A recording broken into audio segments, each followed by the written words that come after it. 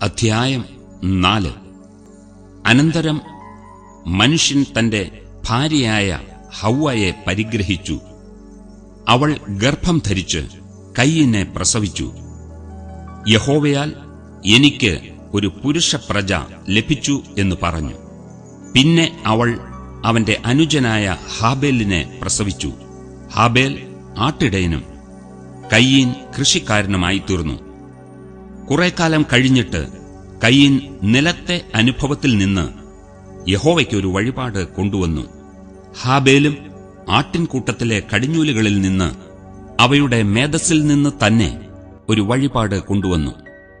യഹോവ ഹാബേലിലും അവന്റെ വഴിപാടിലും പ്രസാദിച്ചു, കയീനിലും അവന്റെ വഴിപാടിലും പ്രസാദിച്ചില്ല. കയീന് ഏറ്റവും കോപമുണ്ടായി, അവന്റെ മുഖം വാടി. എന്നാറെ യഹോവ കയീനോട്, നീ കോപിക്കുന്നത് എന്തിന്? നിന്റെ മുഖം വാടുന്നതും എന്ത്? നീ നന്മ ചെയ്യുന്നുവെങ്കിൽ പ്രസാദമുണ്ടാകയില്ലയോ? നീ നന്മ ചെയ്യുന്നില്ലെങ്കിലോ?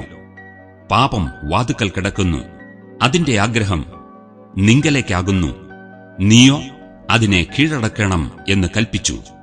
എന്നാറെ കയീൻ തന്റെ അനുജനായ ഹാബേലിനോട്, നാം വയലിലേക്ക് പോക എന്നു പറഞ്ഞു. അവർ വയലിൽ ഇരിക്കുമ്പോൾ കയീൻ തന്റെ അനുജനായ ഹാബേലിനോട് കയർത്ത് അവനെ കൊന്നു. പിന്നെ യഹോവ കയീനോട്, നിന്റെ അനുജനായ ഹാബേൽ എവിടെയെന്ന് ചോദിച്ചതിന്, ഞാൻ അറിയുന്നില്ല, ഞാൻ എന്റെ അനുജന്റെ കാവൽക്കാരനോ എന്ന് അവൻ പറഞ്ഞു. അതിന് അവൻ അരുളി ചെയ്തത്, നീ എന്തു ചെയ്തു? നിന്റെ അനുജന്റെ രക്തത്തിന്റെ ശബ്ദം ഭൂമിയിൽ നിന്ന് എന്നോട് നിലവിളിക്കുന്നു.